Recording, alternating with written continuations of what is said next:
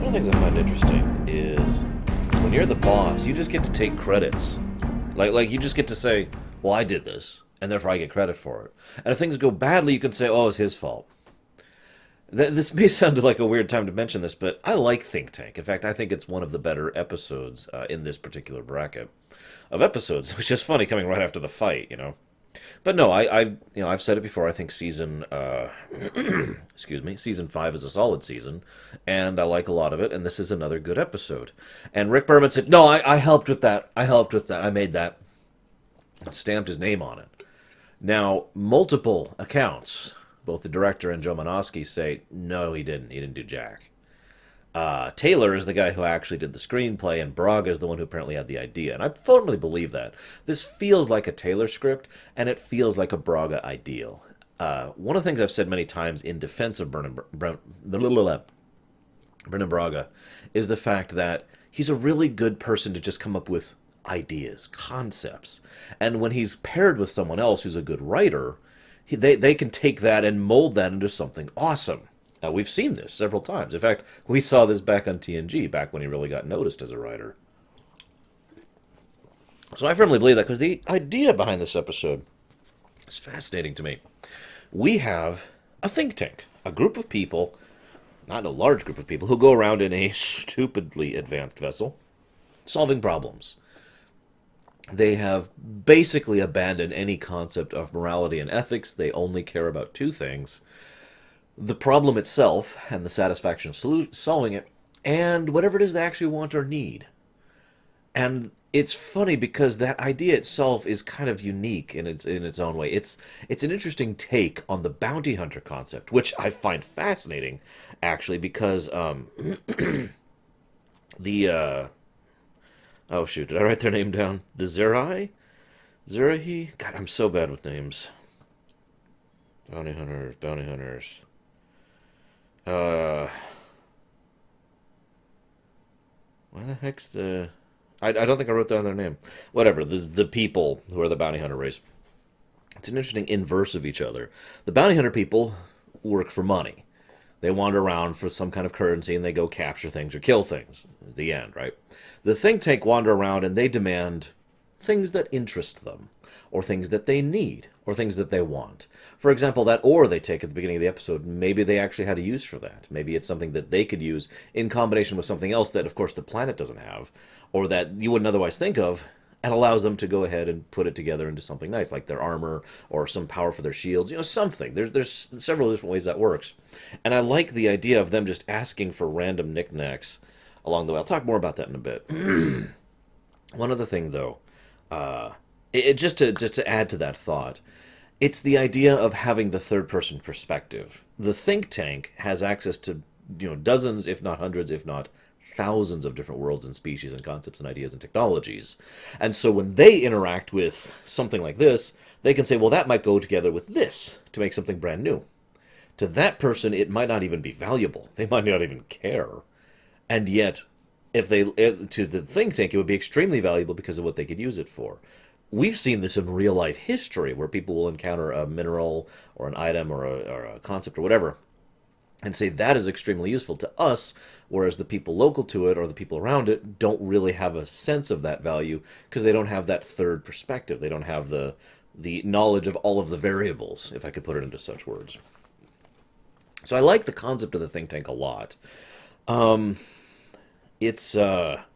also want to add one thing here. They say that they cured the genophage.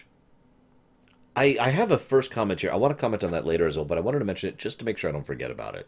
Because my first thought was, oh, whatever, they cured the genophage. Because if they cured the genophage, they have transwarp drive. Now, that's possible. They do primarily wander around in subspace, so it is entirely feasible that they do that. But I mentioned that because the Vidians are way over that way. They're a long ways away. So the idea that they just encountered the Vidians and cured the genophage in the intervening years is possible, but at the same time, it might have just been a tactic. Again, I'll talk about that later. Also, as an aside, Jason Alexander does an excellent job as the villain Kuros. For those of you not familiar with him, Jason Alexander has done several things, but he's probably most known for doing Seinfeld, especially when this episode came out. And yet, I was expecting. Okay, so Voyager at several points in time, so this will happen in the future too, will bring in effectively a star from another show that's popular at the time to try and it's kind of a trading viewers sort of a thing. Hey, look, this guy's over here, or something like that, and this guy's over there, kind of a thing. I don't really feel like this one was done cheaply, though, because he actually firmly puts himself into the role of Kuros. At no point does he, pull a Seinfeld shtick or whatever, at least none that I had caught or was aware of. Instead, he is just the villain. He is the villain of this episode. He does a great job of it as the voice of the think tank. And again, I'll get to that in a bit. Final thoughts about the think tank themselves. They're the inverse of the Borg. I'm serious. They function by having a joint telepathic connection with each other that enables them to do exactly what I said earlier with minds rather than resources. Again, this may not be anything to you, but I'm looking at this from another perspective, so I see you can do this. It's one of the reasons why puzzle solving in like real life situations like engineering and programming and mathematics usually and indeed should involve multiple people. And why you want to avoid a groupthink scenario when it comes to that kind of a problem. Because that way, this person can look at it from a different perspective and say, aha, well, you didn't think of this. And the person can say, aha, you're right, but what about this? The conjoining of minds. Very similar to the collective. The difference is each of them remain distinctly individual. They're simply benefiting from that joint collective. And again, that's why I call it the inverse rather than the opposite of the Borg collective. It's a nice little thing. Anyways, so let's talk about the episode. The beginning is so obvious and yet wonderfully portrayed. It is so Kuros does some very, very obvious bargaining tactics in his portrayal with nameless blue alien. So the blue alien shows up on their ship, wanders around. Keep in mind, there's like 6, 1, 2, 4, 5. Actually, I think there's 5 people, 5 or 6 people on this ship. So he shows up on the ship, and no one's there to greet him. No one says hello. Nothing happens. He's just, hello, hello. There's no reason for that unless you're doing it deliberately. That is the only reason to do that, especially since, as we learn later, it's probable that they beamed him up. So they leave him alone and scared in an alien place where he doesn't fully understand what he's doing, in order to put him off kilter, in order to put him off center, right? First tactic. Again, this is straight out of a rule book. Second thing, make him wait for a bit. Acknowledge him, and then make him wait for several more seconds as they allow that tension and anxiety to build. Then, next thing you do, positivity. Be diplomatic, be gracious, be respectful. One of my favorite lines, and it's great because it's very, very good cop. It's kind of a situation. He's like, oh, the guy's praising the think tank. You did in, weeks or minutes or hours or how long it was, what we have failed to do for decades. And Kuros' response, graciously, is to admit that it was a very complicated problem, that it took them a long time. In other words, rather than gloating, rather than saying, yes, we are superior to you, he allows that it was such a difficult problem that it is logical that anyone would have a problem with it. Again, that sort of positivity, good cop, gracious diplomacy, if I will. And then the next thing that happens is the guy tries to lie to him, and he calls him out on it because he knows he lied. And then he cuts immediately and severely to the most dire threat he can leave. We will turn off the thing, and lots of your people will die horribly in the quake. And he says it so calmly. That's important. You don't wrist slap if you're doing this kind of a tactic. You are nice and kind and polite right up until they decide to not go along with you. And then you hit them as hard and as viciously and brutally as you can. So again, in this case, oh, you're not going to give us what we want. Okay, well, we'll just let you all die in horrible quakes. Again, straight to the extreme. That forces them, because they're already on balance, because they're going straight from the whiplash of really kind to really terrible. It's very carrot and the stick. And so they're like, okay, no, we capitulate, which is the logical answer in that case. And then he's like, And the moment he capitulates, he says, "No, this is all a misunderstanding." He goes right back to graciousness. It's already forgotten. It's not an issue. No worries. Thank you for the ore. We'll take it immediately. Just right back to that diplomacy. Just like he shifted a switch from intimidate to diplomacy, to use the D&D term. Forgive me for talking on, but that really, I think, was a really well done scene. Really well written, and really well acted, and really well directed. I just wanted to give it the praise it deserves. So yeah, the race of bounty hunters. I already mentioned that. I shouldn't say race of bounty hunters, but the group of bounty hunters. It's an interesting concept. Again, of course, the think tank effectively does the same damn thing as the as the race of bounty hunters, but I find the trap that was laid for them to be interesting. There's a lot to be extrapolated on this. So the think tank hires bounty hunters who are intelligent, skilled, and highly advanced to go after Voyager. They pay them quite a sum. They make sure that they don't know it's the think tank because the think tank is very much wanted in the sector because they are rather notorious. And gee, I wonder why. So they are like, oh, go get them, blah, blah, blah. Give Voyager this terrible solution, present them and then go to them and present them the answer in exchange for what they want. In other words, they always wanted Seven. This was always done to get a hold of Seven, to recruit Seven. I think this says everything about the think tank that needs to be said. I've debated on this some time. I don't know if they do this 100% of the time. In fact, I would imagine they don't, for reasons I'll discuss in a minute. But this feels like a normal tactic for the think tank. We will engineer your problem so that we can engineer your solution. And once we have figured out your solution, you will give us what we want, or we'll take away the solution. In other words, while the bounty hunters, as I compared earlier, are running around just taking for money and whatnot, the think tank is extorting you. And that's really the difference between the two. Now, again, I don't think they do that all the time. I don't want to explain why.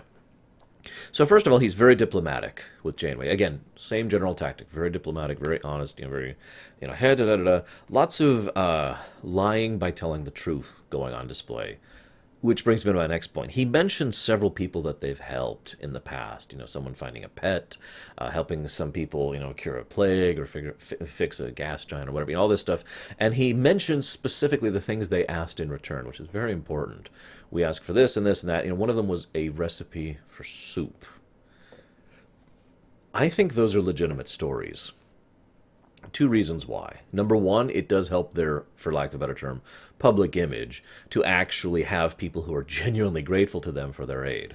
Number two, so that they can do exactly what he's doing here.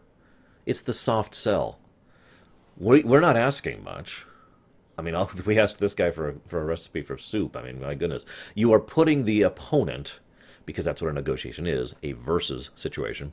You are putting the opponent into a more receptive state of mind by mentioning to them how little you have asked from people in the past. And if you do that genuinely, you don't have to lie about it, then it works better. A, because you're telling the truth. B, because if they check to verify, under the right circumstances, they can verify it. So I think they do actually do those charity cases, for lack of a better term, literally just to help them with the other jobs, which are much less than charitable. Because it's all just numbers to these people. That's probably one of the underlying themes here. All they care about is the variables, the calculations, and whatnot. That's it. That's all they're after.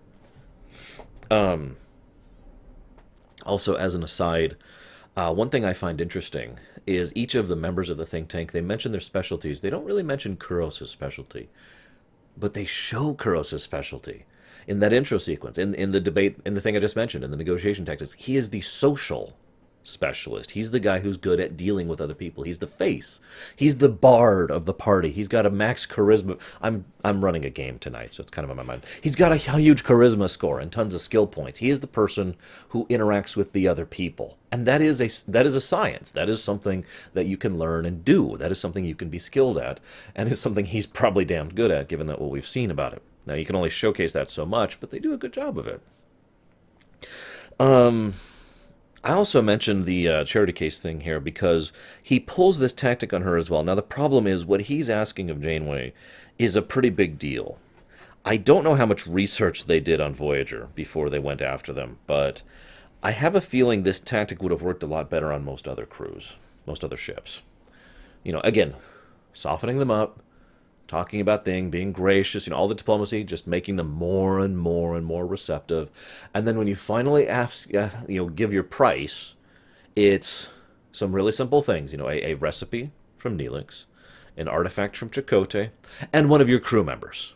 And that's when the hammer comes down right there at the end, one of your crew members.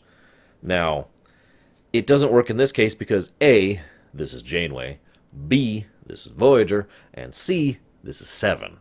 All three of those factors mean that the answer to that is always going to be no, no matter how receptive she's been built up to.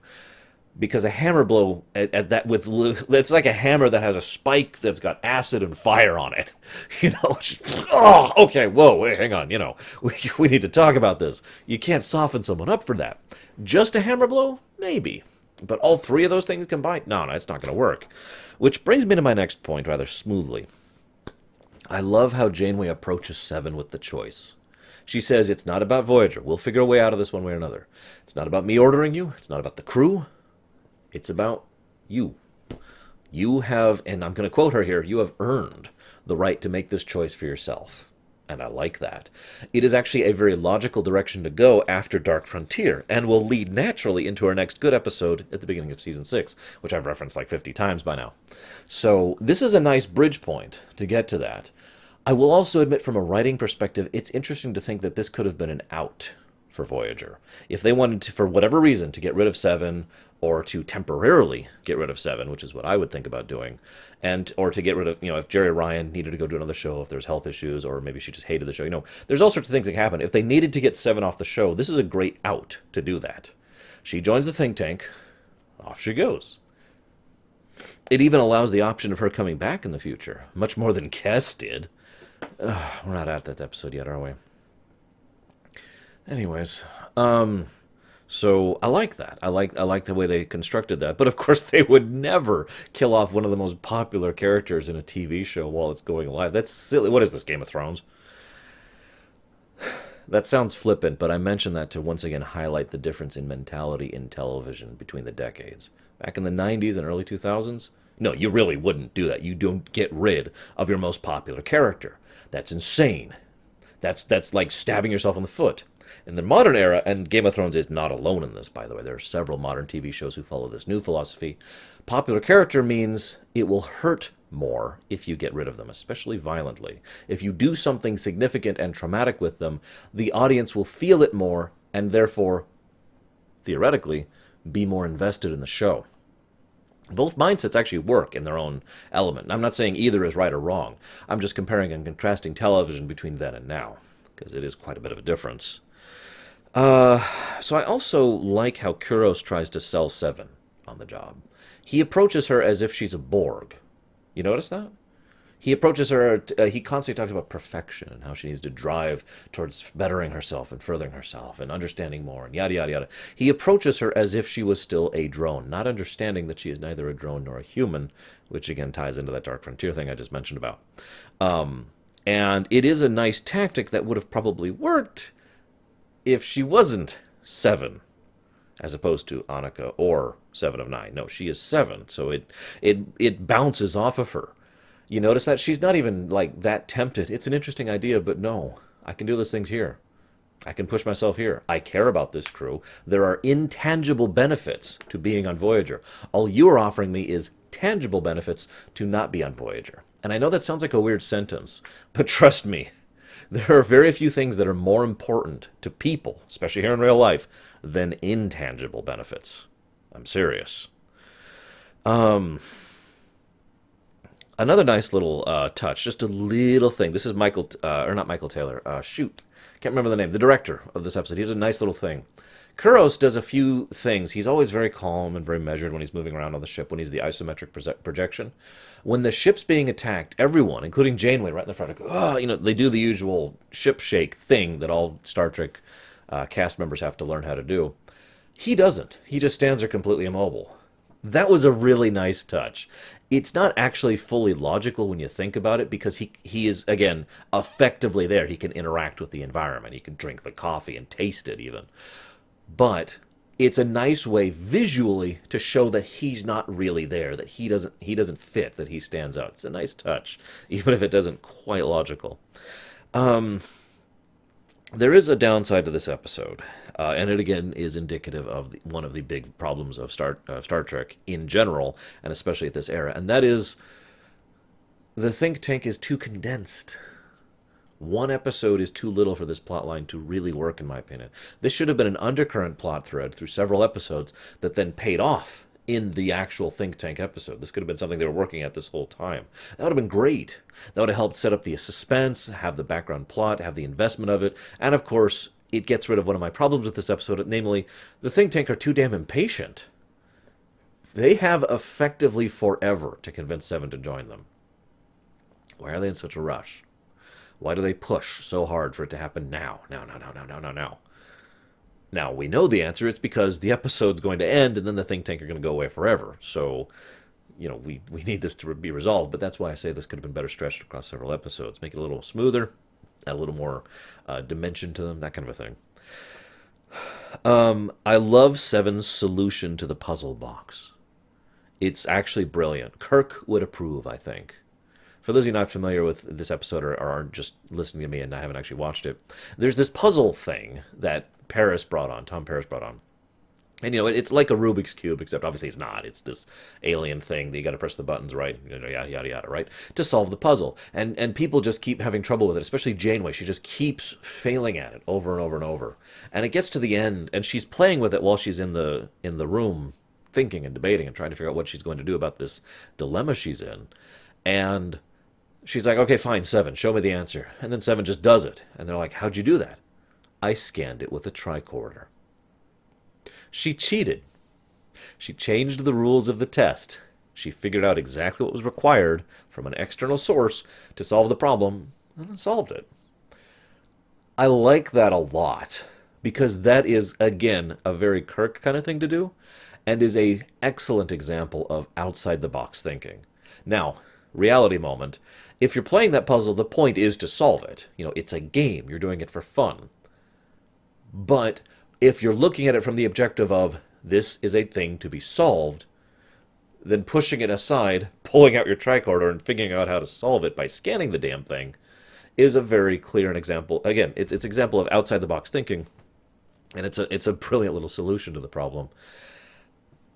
I could go on to a whole tangent here about video games and cheating in video games. I don't think I'm going to. All I'm going to say is this. I have nothing wrong with cheating in video games. I never have. I don't prefer to do it myself unless I'm not enjoying the gameplay. I should stress that, or unless I've got some other reason to it, like I'm doing a lore run or whatever. Because for me, like if I'm cheating in a Civilization game, in my perspective, the only one I'm cheating out of that game is me. I'm cheating myself out of the experience. But if I'm playing through a game like, I don't know. I don't have a good example off the top of my head. I'll use a friend. I've said this many and many times. I have several friends who like the Warcraft and Starcraft games, who love the story and hate the gameplay. They don't like playing the game. So they turn on cheats and go blitz the game so that they can then just enjoy the story. It's a very valid, purposeful reason for doing that, for just going ahead and enjoying what is actually there. It's kind of the same concept. Anyways, that's it. I don't want to go too much into the tangent. Well, one tiny little note here. It looks like I'm at the end of my notes here. I kind of wish they hadn't explained the plan. Now, if you don't know what I mean by that, they could have structured this episode differently so that they're in the thing and they're like, oh God, what are we going to do? What are we going to do? What are we going to do? How do we do this? Oh, it's stupid. And then it cuts away. And then we have the bounty hunters contacting the think tank being like, give us more money. And then Voyager goes over and it's like, oh my God. So there's actual tension so that you think there is, that this is going bad. And then you have the reveal of, oh, by the way, this has all been our plan all along. I'm not saying it's better or worse, but I think I would have preferred that method rather than walking into it saying, we have a plan, and then all of that happens, so there's no danger because this is probably all part of the plan. That's why they had that we have a plan scene earlier. Anyways, final note, I think it's interesting in Voyager in specific and Star Trek in general, where they very commonly try to reach out to the third option. I mean, this is the series that tried to make diplomatic contact with the crystalline entity, for God's sakes. So I find it interesting that in all the attempts they've always made to, make peace and make things work and try to help everyone and save everyone, They just leave the think tank to be battered by an entire fleet of angry vessels who are trying to actively destroy the hell out of them. That's a nice touch. Anyways, that's all I got. Next week, what's next week? I don't know what's next week because it says the end of February. So next week will be March. So I will see you in March, guys. Have a good one.